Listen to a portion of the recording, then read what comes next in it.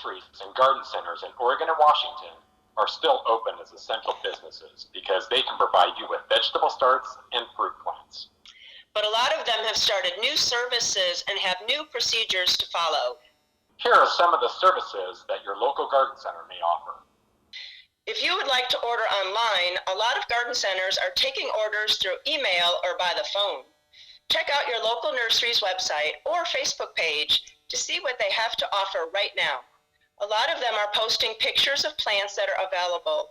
Then email or call them with a list of the plants you would like to purchase.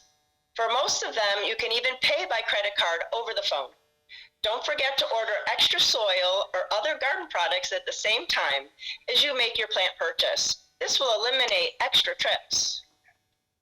If you have ordered online, some nurseries are offering curbside pickup.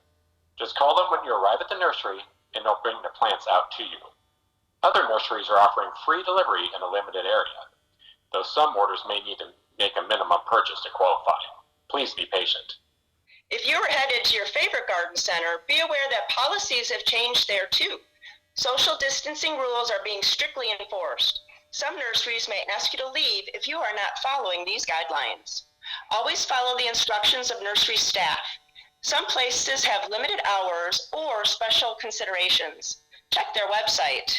Be aware that nurseries have adopted comprehensive cleaning procedures, but still be careful of high-touch surfaces.